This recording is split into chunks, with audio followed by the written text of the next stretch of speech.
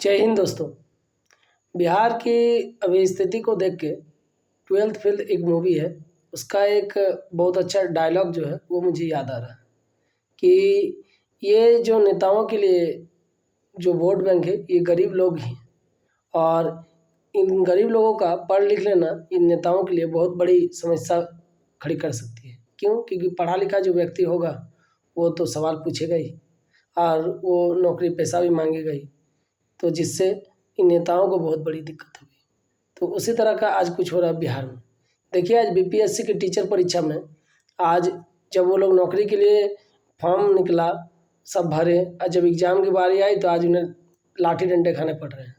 ठीक है, तो इसलिए अब क्या कहा जाए, बिहार का क्या होगा। और सबसे बड़ी बात है, जहाँ छोटी छोटी पोस्ट के लिए आपको पढ़ा लिखा होना बहुत ज़रूरी है, लेकिन आज नीतीश कुमार के बेटे निशांत कुमार को आज हेल्थ मिनिस्टर दे दिया गया है।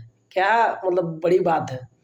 इसीलिए मतलब कि यहाँ अनपढ़ लोग जो है, मतलब वो क्या है मुझे तो सब कुछ जानते हैं, मुझे इतनी बताने की ज़रूरत नहीं है। उन्हें हेल्थ मिनिस्ट्री दे दिया गया है, जो मतलब एक राज्य के लिए सबसे मतलब महत्वपूर्ण, शिक्षा और चिकित्सा।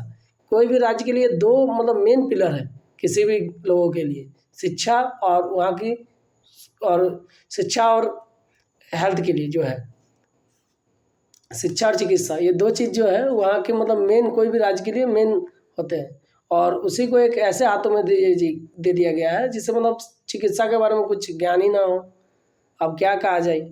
अब इस देश की मतलब ये तो एक विडंबना है कि मतलब ऐसे तो हम लोग राजाओं का सुने थे कि राजतंत्र चला आ रहा, राजा फिर उसका बेटा फिर उसका बेटा, उस तरह से अब धीरे धीरे हमारे ये पॉलिटिक्स में भी हो रहा है, उनके राजा फिर उनका बेटा उनका बेटा, और क्या कहा जाए। ठीक है, अब तो बिहार को तो सिर्फ भगवान ही बचा सकते हैं और कोई नहीं। चलिए, स्वस्थ रहे, मस्त रहे।